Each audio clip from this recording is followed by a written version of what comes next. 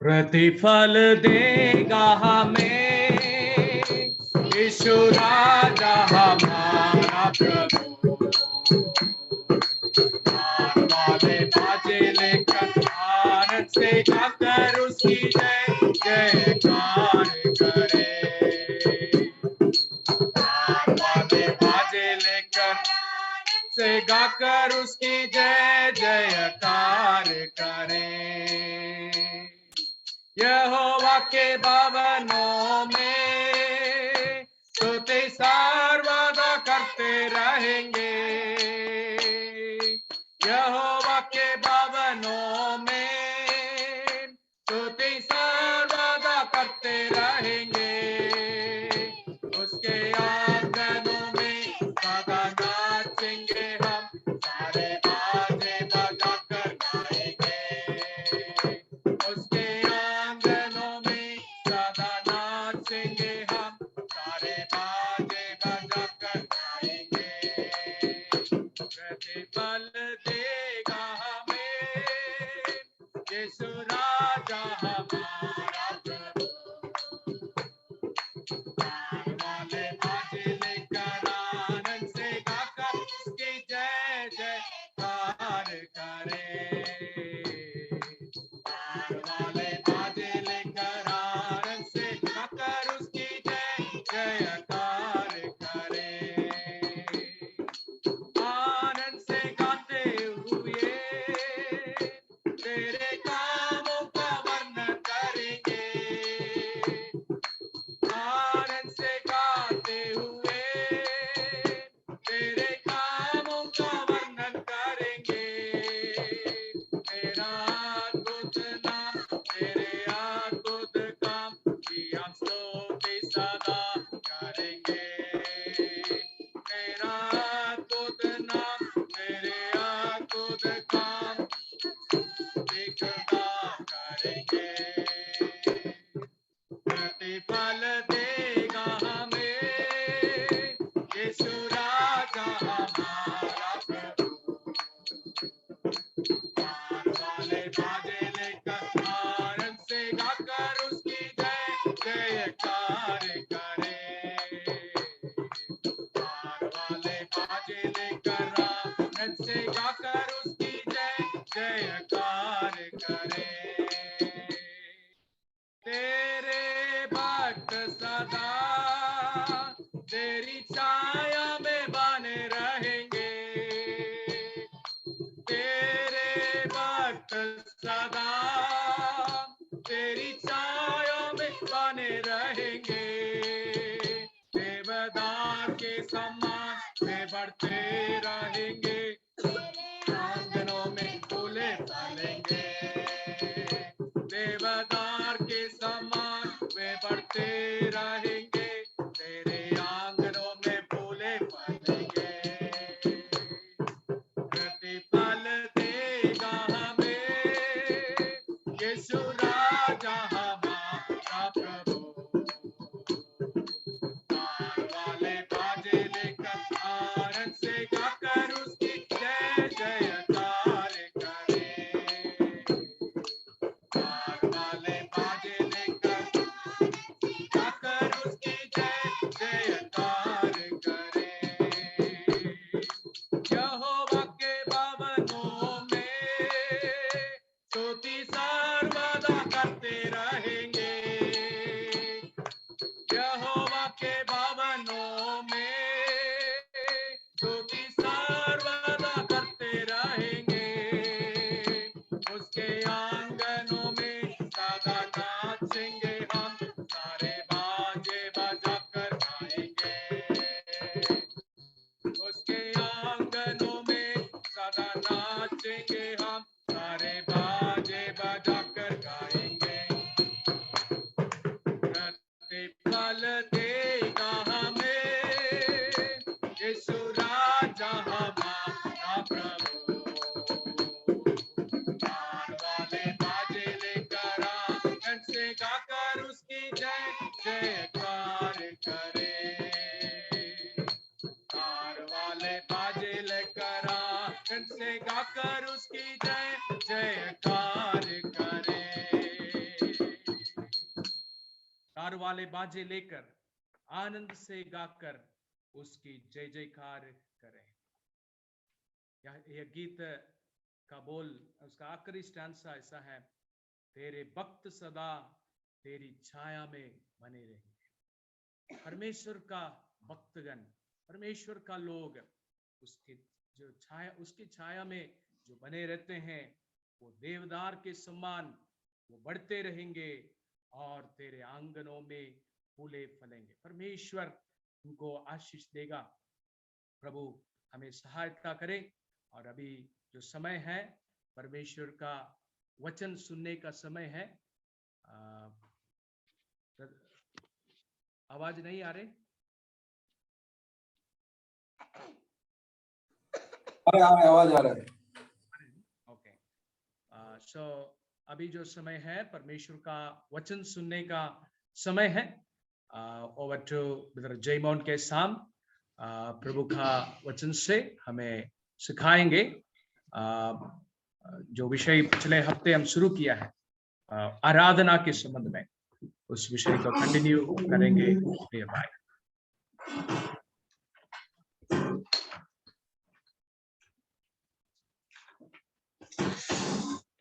जय मसीह की, प्रभु के नाम की स्तुति और महिमा हो। आज शाम को वापस इस बाइबल अध्ययन में प्रभु ने हम सबको एकत्रित किए हैं। परमेश्वर को धन्यवाद और स्तुति करते हैं। अलग अलग स्थानों से आप सभी को भी बीकानेर असेंबली के माध्यम के द्वारा इस बाइबल अध्ययन में जुड़ने के लिए परमेश्वर ने अवसर दिया। हम परमेश्वर को धन्यवाद और स्तुति करते हैं। पिछले हफ्ते हमने उस आराधना का विषय शुरू किए थे, जिसको हम आज भी जारी रखेंगे। हमने देखा कि आराधना कितना महत्वपूर्ण है। पुराने नियम में आराधना का काफी सारे जिक्र हम देखते हैं और आज भी बीच बीच में हमें पुराने नियम में से देखने की आवश्यकता है। लेकिन आराधना के लिए ही परमेश्वर ने हमें ठहराए हैं। हमें प्रभु ने इसलिए बचाए हैं कि हम उसकी आराधना करें। एक बार प्रभु यीशु मसीह के पास 10 कोढ़ी लोग आए थे और वे चाहते थे कि प्रभु यीशु मसीह उनको चंगा करें।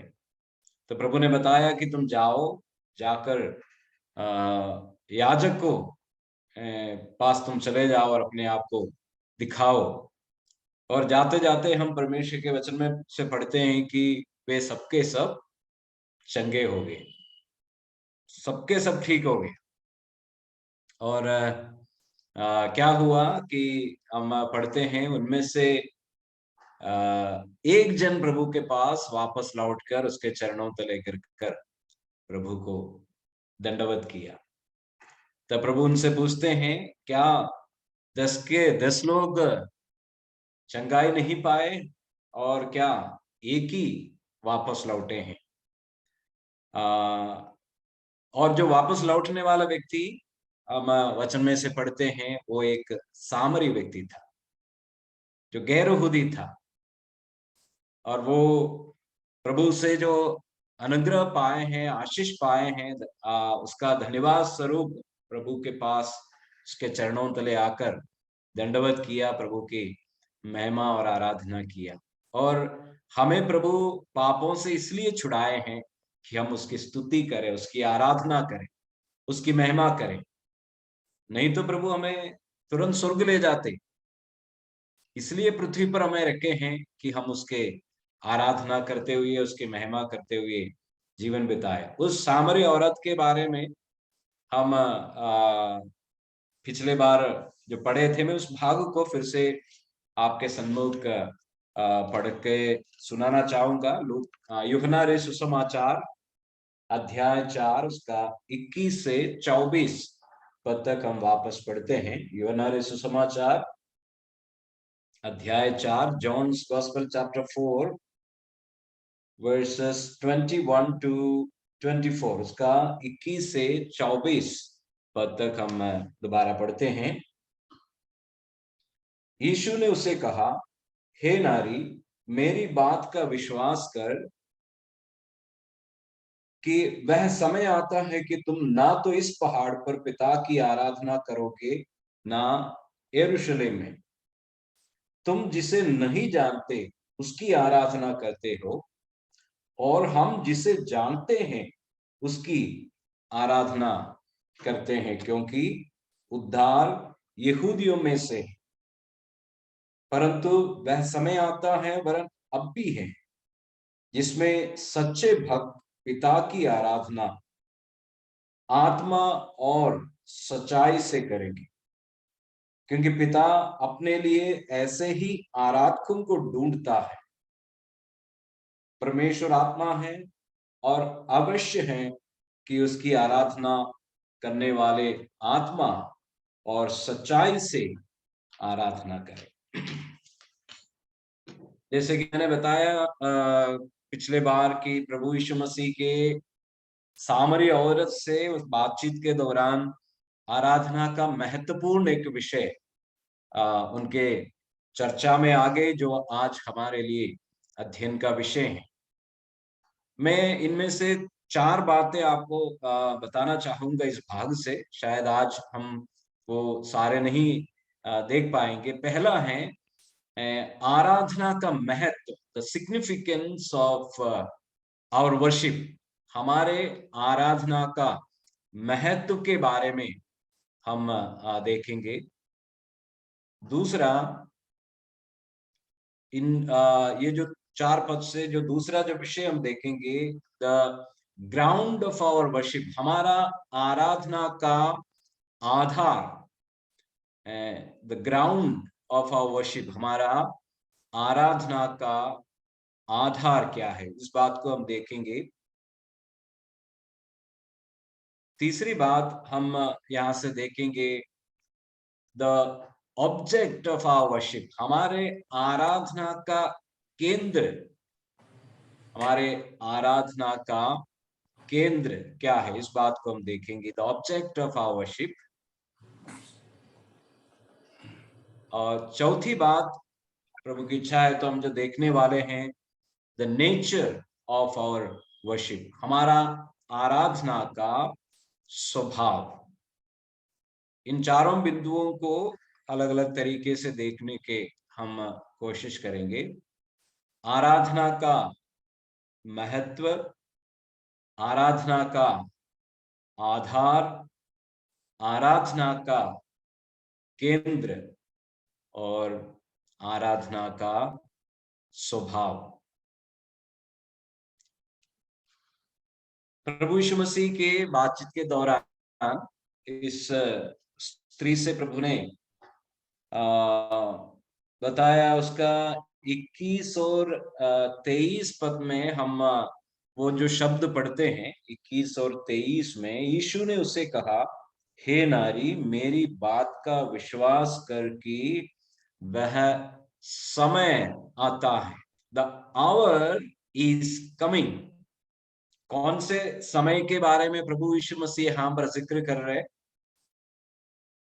नीचे के पदों में हम पढ़ते हैं, सच्चे आराधना के समय के बारे में है, द ट्रू वर्शिप, सच्चे आराधना है यहाँ का जो विषय के रूप में हम देखते हैं। सो प्रभु यीशु मसीह इस स्त्री को कह रहे हैं कि सच्चे आराधना का समय आ रहा है। अब अगर आप यूहन्ना के सुसमाचार को देखें, प्रभु यीशु मसीह इस घड़ी के बारे में बार बार जिक्र करते हुए इस सुसमाचार के अंदर बताते हैं, मेरी घड़ी अभी तक नहीं आई, the hour has not yet come. इस तरह प्रभु बार बार इस सुसमाचार के अंदर, खासकर यूहन्ना के सुसमाचार के अंदर कहते हुए हम पढ़ते हैं। Now, what is the significance of this time? इस समय का महत्व क्या है? जिस समय में सच्चे आराधना होने वाले हैं, जो प्रभु कह रहे, इस समय का महत्व क्या है? हम इब्रानियों के पत्री उसका 1 अध्याय, उसका पहला और दूसरे आयत को शायद हम जानते हैं, लेकिन इस समय के बारे में जो एक बात वहां पर हमें मिलते हैं जो मैं आपको पढ़ के सुनाना चाहूंगा। अगर आप में से किसी को मिल गया, आप पढ़ सकते हैं इब्रानी अध्याय 1 और 1 से 2 पर। पूर्व युग में परमेश्वर ने बाप दादों से थोड़ा थोड़ा करके अपने भांति भांति से भविष्यवक्ताओं के द्वारा बातें करके इन दिनों के अंत में हमसे पुत्र के द्वारा बातें की, जिसे उसने सारी वस्तुओं का वारिस ठहराया और उसी के द्वारा उसने सारी सृष्टि रची है। धन्यवाद ब्रदर। हम यहाँ पर पढ़ते हैं पूर्व युग के बारे में। वहां पर एक समय के संबंध में एक रेफरेंस हम पढ़ते हैं, और इन अंतिम दिनों में भी करके पढ़ते हैं। पूर्व युग में परमेश्वर लोगों से, बाप दादाओं से थोड़ा थोड़ा करके, भांति भांति से, इधर उधर करके अपने वचन की सेवा करते गया, बातें प्रकट करते गया। लेकिन अब की समय के बारे में कह रहे हैं, इन अंतिम दिनों में हम पहुंच गए हैं। हम इन अंतिम घड़ी में, अंतिम पल में पहुंच गए हैं। ये अंतिम पल मतलब क्या है? ये जो अंतिम समय क्या है? इसी बात को प्रभु यीशु मसीह उस सामरी औरत से भी कह रहे थे कि समय आ रहा है, द टाइम इज कमिंग। कौन से समय? सच्चे आराधना का समय आ रहा है। ये घड़ी क्या है प्रभु यीशु मसीह के बातों पर? इट इज, ये जो घड़ी मतलब यीशु मसीह की मौत, यीशु मसीह के जी उठना और यीशु मसीह के चले जाना, एक नया युग का शुरुआत करने वाले हैं। प्रभु यीशु मसीह यूहन्ना के सुसमाचार में उस घड़ी के बारे में इन शब्दों में कह रहे हैं कि वो घड़ी आ रहा है, द टाइम इज कमिंग। वो समय क्या है? प्रभु यीशु मसीह का क्रूस पर मरना, प्रभु यीशु मसीह का जी उठना और प्रभु यीशु मसीह का स्वर्गारोहण या पवित्र आत्मा के आगमन। और इन सारे बातों को लेकर प्रभु कह रहे वो घड़ी आने वाले हैं, और घड़ी तुरंत आने वाले। आराधना का जो वास्तविक जो समय है, आराधना का जो सही माहौल, सही समय तैयार हो रहा है, या ये अंतिम समय, this is the climax of all the ages. सारे युगों का पराकाष्ठा में हम पहुंच गए हैं। यीशु मसीह के आगमन के साथ परमेश्वर के वो सारे रेवलेशन, प्रकाशन हैं, अभी उसके आखिरी पल में पहुंच गए हैं। जो शुरुआत में थोड़ा थोड़ा करके परमेश्वर जो भी बातें प्रकट करके लाए हैं, अभी ये जो समय उसका अंतिम पल में है। संपूर्ण प्रकाशन हमें मिल चुका है। द ट्रू वर्शिप, सच्चे आराधना इस समय का है, क्योंकि ये परमेश्वर के संपूर्ण प्रकाशन के साथ हम, या वर्तमान में या नए नियम के विश्वासी परमेश्वर की आराधना करते हैं। यहाँ पर आपको जैसे हम देखते हैं, वो जो स्त्री आराधना के जगह के बारे में वो कह रहे थे। उस सामरी औरत यीशु मसीह से क्या कह रहे थे? हमारे बाप दादा इस पहाड़ पर प्रभु की आराधना करते थे। कौन सी पहाड़ है? मैंने बताया था, वो गेरिसीम पहाड़ है, जिस पहाड़ से मूसा लोगों को 2 ग्रुपों में बांटकर आशीर्वाद देने और श्राप देने के लिए 2 गुट को खड़े कर आशीर्वाद और श्राप के वचनों को जो दिया, जो हम व्यवस्था विवरण की पुस्तक में पढ़ते हैं, वो जो पहाड़ पर वे लोग आराधना करने की बात कह रहे थे, गेरिसीम पहाड़ पर। अगर सामरी लोगों के इतिहास हम पढ़े, ऐसे माने जाते हैं नेहम्याह के समय सनबल्लत और वे जो लोग यहूदियों से अलग होकर, एकदम भिन्न होकर, विरोध में जाकर गेरिसीम पहाड़ पर एक मंदिर बनाया है। Temple just opposite to Jerusalem temple. यरूशलेम का मंदिर तो है, लेकिन उसके खिलाफ वे लोग अपने हिसाब से गेरिसीम पहाड़ पर मंदिर बनाया और वहां पर परमेश्वर की या उनके हिसाब से आराधना करते थे। बाद में जाकर जॉन हिरकानस ने उस मंदिर को गिरा दिया करके यहूदियों के इतिहास में हम पढ़ते हैं। तो तब से लेकर सामरी लोग इस बात को मानते थे कि आराधना करना हो गेरिसीम पहाड़ पर है, जहां पर सामरियों के इलाके हैं। जबकि यहूदी लोग मानते थे आराधना का जगह यरूशलेम है, जहां पर दाऊद ने या सुलेमान ने मंदिर बनाया हो। लेकिन प्रभु यीशु मसीह के कहना सच्ची आराधना वो नहीं है। सच्ची आराधना आप क्या गेरिसीम पे या फिर यरूशलेम पे किसी स्थान से सीमित अब से लेकर नहीं है। सच्ची आराधना, परमेश्वर की जो आराधना, वो प्रभु यीशु मसीह के आगमन के पश्चात इन अंतिम पल में हमें जो करने का जो मौका मिला, ये जो आराधना है। हम परमेश्वर को धन्यवाद करें प्यारों, मैं और आप इस समय में जीवन बिता रहे हैं। इन युगों के अंत में प्रभु यीशु मसीह के द्वारा परमेश्वर के वचन के प्रकाशन पाकर हम परमेश्वर की आराधना करते हैं। इब्रानियों के पत्री हमारे इस समय के महत्व को अगर समझना है, इब्रानियों का लेखक उसका 12वें अध्याय में कुछ इस प्रकार हमारे उस समय के बारे में हमें याद दिलाते हैं। इब्रानी 12 अध्याय का 18 और 19 पद को हम पहले पढ़ते हैं। Hebrews chapter 12 verses 18 and 19। तुम तो उस पहाड़ के पास जो छुआ जा सकता था और आग से प्रज्वलित था और काली घटा और अंधेरा और आंधी के पास और तुरही की ध्वनि और बोलने वाले के ऐसे शब्द के पास नहीं आए जिस थैंक यू ब्रदर। तुम उस पहाड़ के पास नहीं आया। यहाँ पर लेखक इब्रानी विश्वासियों को समझा रहे, तुम उस पहाड़ के पास नहीं आया। प्रभु के नजदीक जो नया नियम के विश्वासी आते हैं, वो जो भयानक डरावने जो आग और धुआं जो निकलते हैं, दूर खड़े होने का चेतावनी देकर दूर रखने वाले उस सीनाई के पहाड़ के नजदीक तुम नहीं आए। मैं और आप नया नियम के विश्वासी लोग, हम ऐसी आराधना नहीं कर रहे डर के मारे, दूर खड़े होकर। यहां तक हम वहां पे पढ़ते हैं, एक जानवर भी उस पहाड़ को छू जाते हैं, उसको पत्थर मारकर खत्म करना परमेश्वर की आज्ञा थी। और मैं और आप उस पहाड़ के पास उस तरीके से परमेश्वर की आराधना नहीं करते। सीने के पहाड़ के पास मैं और आप नहीं आए हैं। हम डर के मारे हम पीछे हटकर दूर खड़े होकर उस आग को, उस कंपन को देकर खड़े रहने का वो स्थान पे नहीं है।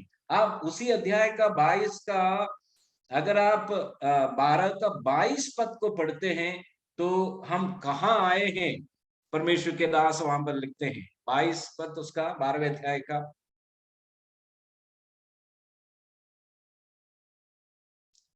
Chapter 12 verse 22। हम इस तरह पढ़ते हैं, पर तुम सियोन के पहाड़ के पास और जीवते परमेश्वर के नगर स्वर्गीय यरूशलेम के पास और लाखों सुरदूत और पहलोटों के साधारण सभा और कलीसिया जिनके नाम स्वर्ग में लिखे गए हैं और सबके न्यायी परमेश्वर के पास तुम आए हो। देखो यहाँ पर साफ तौर पर प्रभु के दास कहते हैं, हमारी जो आराधना ये है, हम सिनाई पहाड़ के नजदीक नहीं, सियोन पहाड़ के पास, जहां परमेश्वर के सम्मुख, उसके नजदीकी में, उसके निकटता में आकर, उसके सन्निधि में आकर परमेश्वर की आराधना करने के जो मौका मुझे और आपको मिला है। हम जो वर्तमान में प्यारों जो प्रभु की आराधना करते हैं, वास्तव में जीवते परमेश्वर के हम आराधना उसके सन्मुख आकर, उसके नजदीक आकर, बिना कोई रोक टोक, बिना कोई बाधा, मैं और आप आज परमेश्वर की आराधना प्रभु यीशु मसीह के आगमन के बाद उस तरह उसकी आराधना करने के सुविधा हमें जरूर मिला है। इसलिए हमें क्या समझना चाहिए, कुलुस्सियों की पत्री में परमेश्वर के दास पौलुस ने हमें एक बात याद दिलाते हैं। कुलुस्सियों की पत्री 2 अध्याय का 16वां पद कि हमारे जो आचरण में क्या क्या नहीं हो। Colossians chapter 2 and verse 16। इसलिए खाने पीने या पर्व या नए चांद या सप्तों के विषय में तुम्हारा कोई फैसला ना करे। हाँ, इसलिए खाने पीने या पर्व या नए चांद या सप्त के विषय में तुम्हारा कोई फैसला ना करे। पुराने नियम का आराधना के तरीकाओं को हम जानते हैं, क्रम को हम जानते हैं कि वे कैसे परमेश्वर की आराधना करते आए हैं। लेकिन वर्तमान में प्रभु यीशु मसीह के आगमन के बाद मैं और आप जो परमेश्वर की आराधना करते हैं, इन सभी चीजों के बंधे हुए मैं और आप नहीं हैं। हमारे लिए कोई विशेष दिन का कोई महत्व नहीं है कि हमें फलाने दिन परमेश्वर की उपस्थिति में जाना है, फलाने दिन परमेश्वर की हम आराधना करेंगे। ऐसा कोई खास नियम नए नियम के विश्वासियों के लिए नहीं है। इतवार के दिन सुबह 9 बजे से 11 बजे तक ही परमेश्वर की आराधना करना है, ऐसा कोई नियम है क्या? ऐसा कोई नियम नया नियम में तो नहीं है। लेकिन हम लोगों को लिखते हैं कि आराधना कब होती है? इतवार के दिन होती है। इतवार के दिन कब है? 9 से 11 बजे या 10 से 12 बजे होगा, जो भी है हमारा वो आराधना का समय। मतलब ये जो 2 घंटे के अंदर जो कुछ हमारा कार्यकलाप है उसके साथ समाप्त होते हैं। फिर कब आराधना होगी? अगले संडे। हम अगले इतवार के लिए इंतजार कर रहे हैं। किसके लिए? परमेश्वर की आराधना करना है। ठीक है, अच्छी बात है, आप कर लीजिए।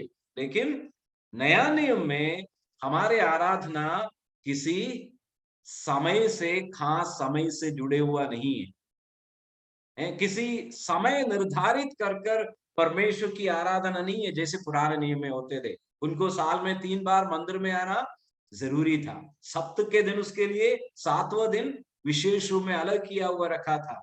लेकिन इस तरीके का कोई भी पाबंदी नया नियम के विश्वासियों का नहीं है।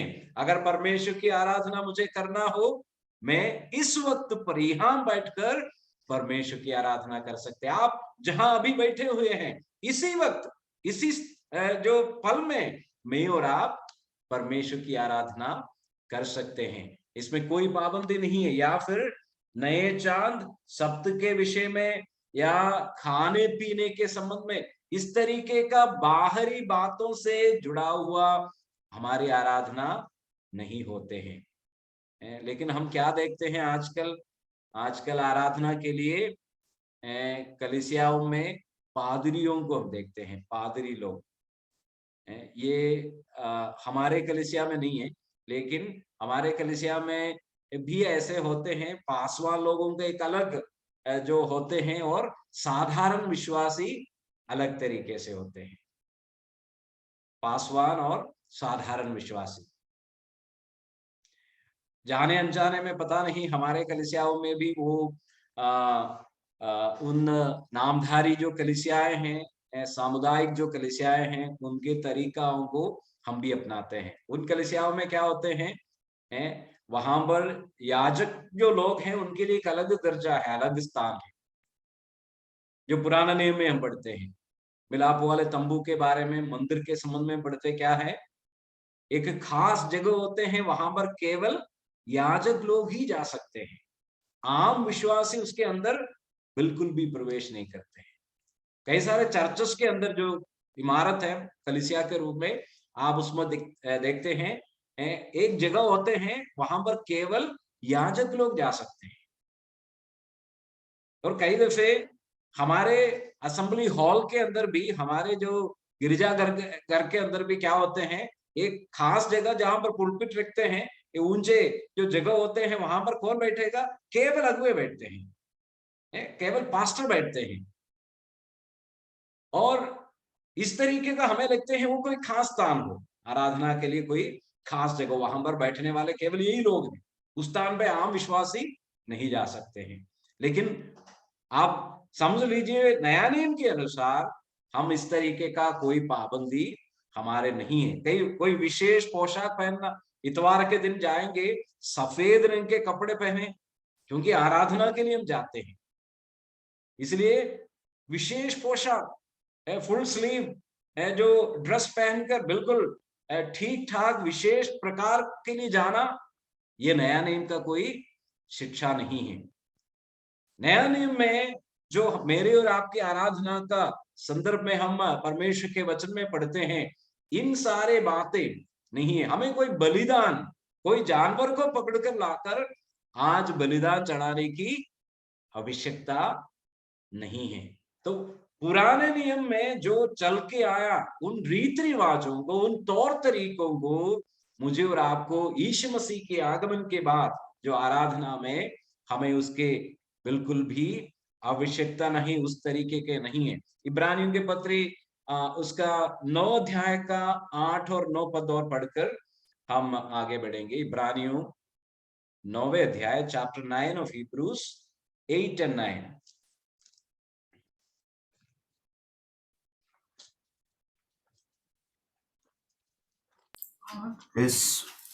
इससे पवित्र आत्मा यही दिखाता है कि जब तक पहला तंबू खड़ा है तब तक पवित्र स्थान का मार्ग प्रकट नहीं हुआ, और यह तंबू तो वर्तमान समय के लिए एक दृष्टांत है जिसमें ऐसी भेंट और बलिदान चढ़ाए जाते हैं जिनसे आराधना करने वालों के विवेक सिद्ध नहीं हो सकते। हाँ, हम यहाँ पर बस इतना समझते हैं, पुराने समय के जो रीति रिवाजों को हमें आज नकल करने की कोई भी आवश्यकता नहीं है। नया नियम की आराधना, नया नियम के विश्वासियों का मैं और आप जिस समय में जीवन बिताते हैं, the significance of the time in which you and I live, जिस समय में मैं और आप जीवन बिताते हैं, this is the final period of God's revelation, परमेश्वर का प्रकाशन का अंतिम पल है। And this is the climax of God's ages, वो पराकाष्ठा है जो परमेश्वर का प्रकाशन का जो समय का। तो इसलिए मुझे और आपको पीछे मोड़कर उन दिनों के रीति रिवाज, चाहे कोई करते हो, दिखाते हो, आप उन सभी बातों को नकल कर आज मुझे और आपको परमेश्वर की आराधना करने का बिल्कुल भी आवश्यकता नहीं। कोई विशेष स्थान नहीं, विशेष समय नहीं, विशेष पोशाक नहीं, विशेष तरीका हमें आराधना के लिए मानवीय तौर पर, दिखावे के तौर पर हमें रखने की आज वर्तमान की परिस्थिति में बिल्कुल भी आवश्यकता नहीं। पहली बात। दूसरी बात की ओर हम जाते हैं। जैसे कि मैंने बताया, आराधना का जो महत्व ये है, यीशु मसीह के समय के बाद जो घड़ी आने वाला है, या तो प्रभु यीशु मसीह बताया आप पहुंचा है, तीसरे 23 पद में हम पढ़ते हैं, द हावर हैज ऑलरेडी कम।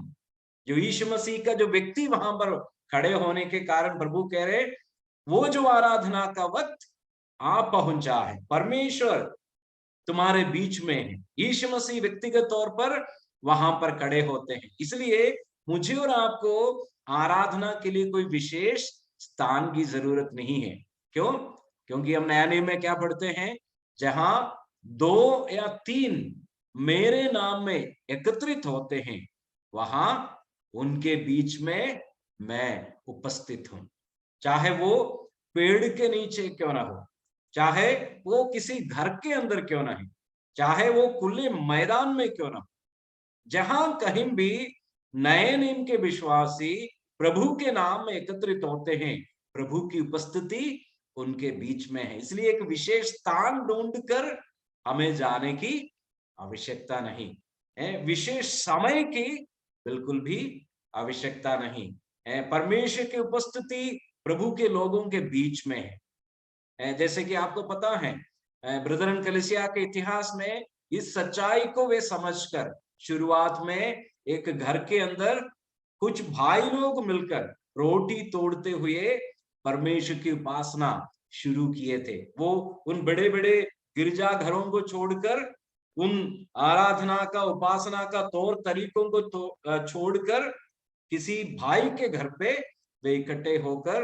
रोटी तोड़कर एकदम सरल तरीके से, जो परमेश्वर के वचन के अनुसार है, परमेश्वर की आराधना वे शुरू किए थे। सो द सिग्निफिकेंस, हमारे आराधना का महत्व हम इस बात पे देखते हैं। दूसरी बात, हमारा आराधना का आधार है, ग्राउंड ऑफ आवर वर्शिप। हमारा आराधना का आधार क्या है? यहाँ पर यूहन्ना 4 अध्याय का 22 पद में प्रभु यीशु मसीह उस सामरी औरत से कुछ इस प्रकार कहा था, तुम्हारी आराधना कैसे है और हमारी आराधना किस प्रकार के हैं। 22 पद, तुम जिसे नहीं जानते उसका भजन करते हो और हम जिसे जानते हैं उसका भजन करते हैं, क्योंकि उद्धार यहूदियों में से है। हाँ, जानकारी के बारे में, समझ के बारे में हम यहाँ पर पढ़ते हैं। एज टू आवर नॉलेज, हम जो यहूदी लोग हैं, हमारी आराधना वो जानकारी, समझ के अनुसार है। मेरे और आपके आराधना का ही नहीं, मेरे और आपके जीवन का सभी प्रकार का कार्य का आधार क्या होना चाहिए? परमेश्वर का वचन। परमेश्वर का वचन आधारित है हमारे उपासना भी। किसी परंपरा के अनुसार, रीति रिवाज के अनुसार, तौर तरीके के अनुसार हमें आराधना करने की आवश्यकता बिल्कुल भी नहीं है। यहाँ पर हम पढ़ते हैं कि स्त्री कह रहे हैं कि हमारे बाप दादा क्या करते थे? इस पहाड़ पर आराधना करते थे। मतलब ये सदियों से हम जो करते आए हैं उसको हम आगे बढ़ाते आए हैं। कुछ चीजें हम पहले से करते आया, अभी भी हम करते जा रहे हैं। किसी इस तरीके का परंपरा, रीति रिवाज, तौर तरीका नए नियम के या सच्चे आराधना में बिल्कुल भी नहीं होते हैं। सच्चे आराधना कैसे होना चाहिए? सच्ची आराधना परमेश्वर के वचन के आधार पर है। केवल हमारे आराधना नहीं, उपासना नहीं, हमारे कलीसियाई जीवन का, मसीह जीवन का हर कदम परमेश्वर के दिए हुए नियम और वचन के अनुसार, उस घेरे में, उस बाड़े के अंदर, उस तरीके में ही हमें परमेश्वर की आराधना या हमारे हर प्रकार के कार्य आगे बढ़ाना चाहिए। चाहे परंपरा कुछ भी हो, रीति रिवाज, तौर तरीका कुछ भी हो, ये अलग बात है, लेकिन प्रभु के वचन क्या कहते हैं उसके आधार पर हमें परमेश्वर की आराधना करना चाहिए। हम उत्पत्ति की पुस्तक उसका 4 अध्याय में आ जाते हैं, जहां पर हम पहली बार भेंट लेकर प्रभु की आराधना करने का जो सच्चाई के बारे में पढ़ते हैं। ठीक है, उत्पत्ति की पुस्तक 4 अध्याय, हम सब जानते हैं उस घटना के बारे में, लेकिन हम एक बार उसका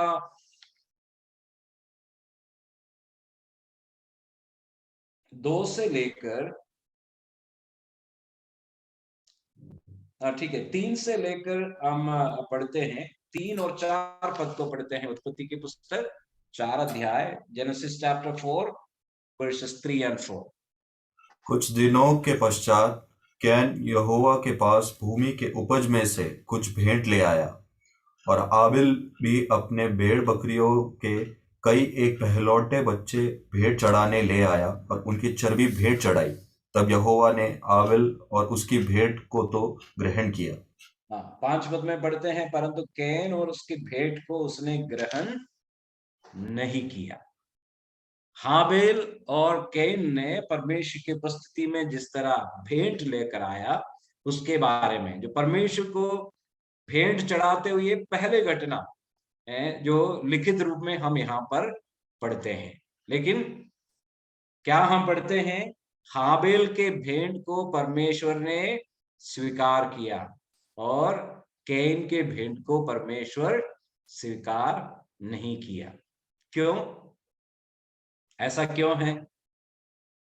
परमेश्वर कैन के भेंट को क्यों स्वीकार नहीं किया जबकि हाबेल को परमेश्वर ने स्वीकार किया? बलिदान के कारण। क्या ब्रदर? बलिदान के साथ आबेल ने दिया था।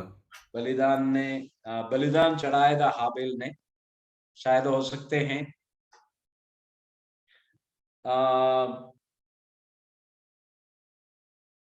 उसका 6ठे वचन में हम पढ़ते हैं, जब इस कारण से वो क्रोधित हो गया। 6 वचन में, तब यहोवा ने कैन से कहा, तू क्यों क्रोधित हुआ और तेरा मुंह पर उदासी क्यों छा गई? यदि तू भला करे तो क्या तेरी भेंट ग्रहण नहीं की जाएगी? यदि तू भला करे तेरी भेंट ग्रहण नहीं की जाएगी। तो उसने भेंट के संबंध में कुछ भला नहीं किया। भेंट परमेश्वर ने स्वीकार कैन का नहीं किया, और दूसरी ओर हाबिल का भेंट परमेश्वर ने स्वीकार किया। उसका कारण क्या होगा? कारण इतना हो सकते हैं, जैसे इब्रानियों के पत्री 11 अध्याय का 4 पद में हम पढ़ते हैं। इब्रानियों के पत्री 11 का 4 में हम क्या पढ़ते हैं? विश्वास की से हाबिल ने कैन से उत्तम बलिदान परमेश्वर के लिए चढ़ाया और उसी के द्वारा उसके धर्मी होने के गवाही भी दी गई, क्योंकि परमेश्वर ने उसकी भेंट के विषय में गवाही दी और उसी के द्वारा वह मरने पर भी अब तक बातें करता है। हाँ, धन्यवाद ब्रदर। विश्वासी से हाबिल ने कैन से भी उत्तम बलिदान चढ़ाया। हाबिल का बलिदान कैन का बलिदान से उत्तम क्यों था? वो विश्वासी से था। विश्वासी से मतलब विश्वास क्या होते हैं? विश्वास किस बात के पर होते हैं?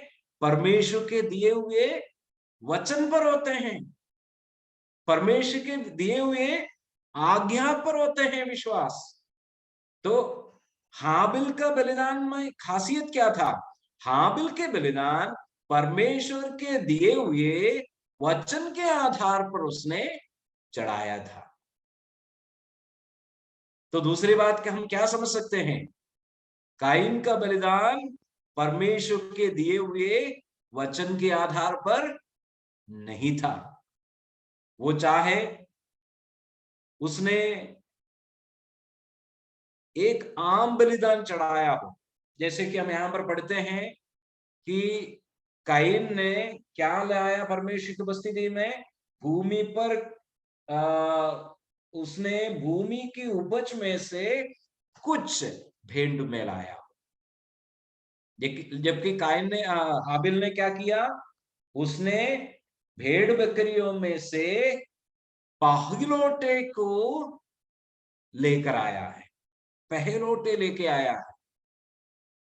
जबकि कैन ने क्या लाया? जो उसका उपज था उसमें से कुछ लेके आया। शायद इसी कारण वजह से हो ये पहलोटे लाया, लेकिन वो अपना पहला फल नहीं लाया हो। या फिर जैसे भाई ने बताया, एक खूनी बलिदान, खून बहाने वाले बलिदान हाबिल ने चढ़ाया, जो कि कैन ने नहीं चढ़ाया हो। लेकिन एक बात सच है। क्या सच है? परमेश्वर ने उनको नियम दिया था, विधि दिया था। कैसे हमें पता है?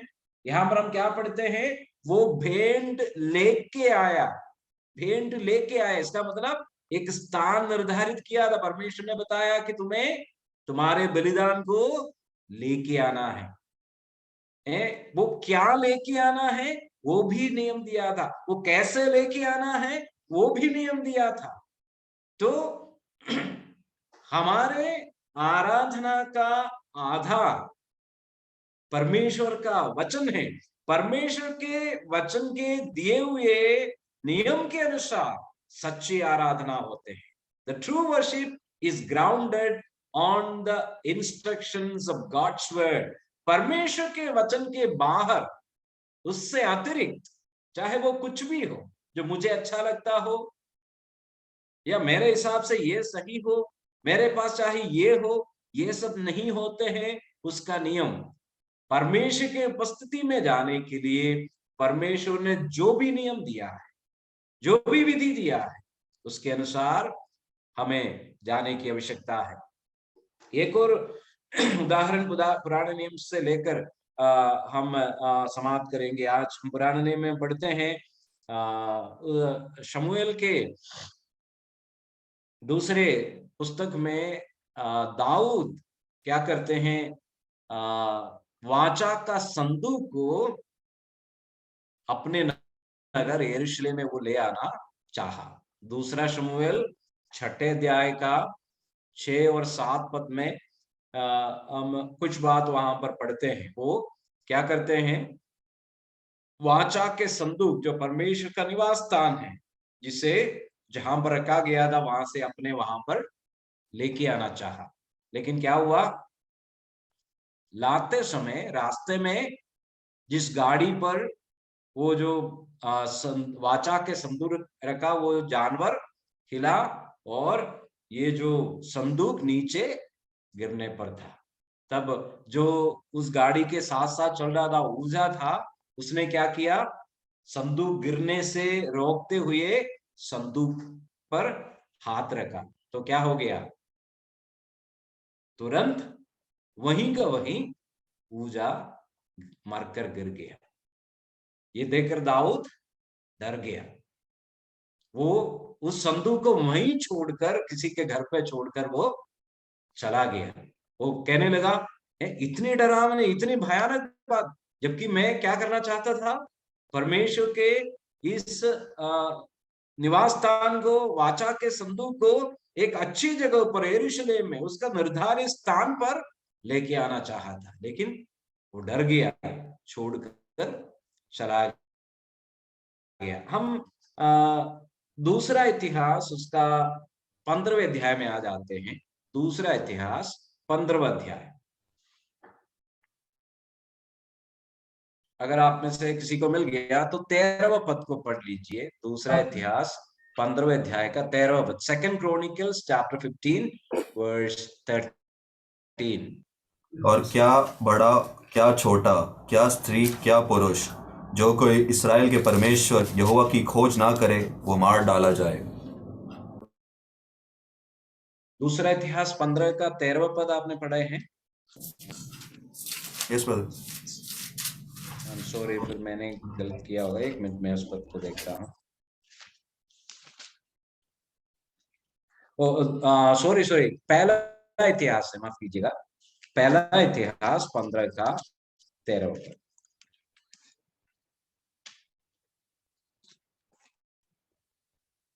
पहला इतिहास 15 का 13। क्योंकि पिछली बार तुमने उसको ना उठाया, इस कारण हमारा परमेश्वर यहोवा हम पर टूट पड़ा, क्योंकि हम उसकी खोज में नियम के अनुसार ना लगे थे। पहला इतिहास 15वें अध्याय में हम क्या पढ़ते हैं, इस वाचा के संदूक को दोबारा दाऊद लेके आ रहे हैं, फिर से वो लेके आ रहे हैं, क्योंकि उसने सुना जिसके घर पे वाचा का संदूक रखा, परमेश्वर ने उस घर को बहुत बड़ा आशीष दिया। लेकिन इस बार दाऊद एक बार समझ लिया, क्या समझ लिया, पिछले बार हम परमेश्वर के नियम के अनुसार संदूक को लेके नहीं आया था। क्या क्या नियम तोड़ दिया? परमेश्वर ने बताया था वाचा के संदूक को लेके चलना ये किसके कार्य होगा, केवल लेवियों का जिम्मेदारी है।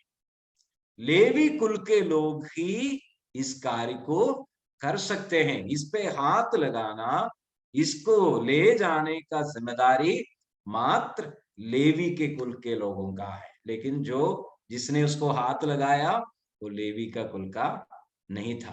दूसरी बात, दाऊद को जो समझ में आ गया, परमेश्वर के वाचा के संदूक गाड़ी पे रख के नहीं ले जाना चाहिए। परमेश्वर का नियम क्या है, वो लेवी लोग अपने कंधे पर उठा करके चलना है। दूसरे बार उन्होंने ऐसे ही दिया। उसका 15वां पद में पढ़ते हैं, तब उस आज्ञा के अनुसार जो मूसा ने यहोवा का वचन सुनकर दी थी, लेवियों ने संदूक को डंडों के बल अपने कंधों पर उठा लिया। इस संदूक को हाथ से छूना मना था, उसमें जगह है, इसमें डंडे डालकर अपने कंधे पर उठा करके उनको ले चलना था। और उस तरह वे इस वाचा के संदूक को लेके चला। लेवियों को छोड़ और किसी को परमेश्वर का संदूक उठाना नहीं चाहिए। 15 का 2 पद में आप पढ़ते हैं, लेवियों को छोड़ और कोई इस पर हाथ नहीं लगाना है। 15 का 12 में पढ़ते हैं, तुम तो लेवी पितरों के घराने से मुख्य पुरुष हो, इसलिए अपने भाइयों समेत अपने आप को पवित्र करो। पवित्रताई के साथ इसके नजदीक आना चाहिए था। इन सब का तात्पर्य क्या है? परमेश्वर, हमारे आराधना का आधार क्या होने चाहिए? परमेश्वर के दिए हुए नियम, परमेश्वर के वचन है।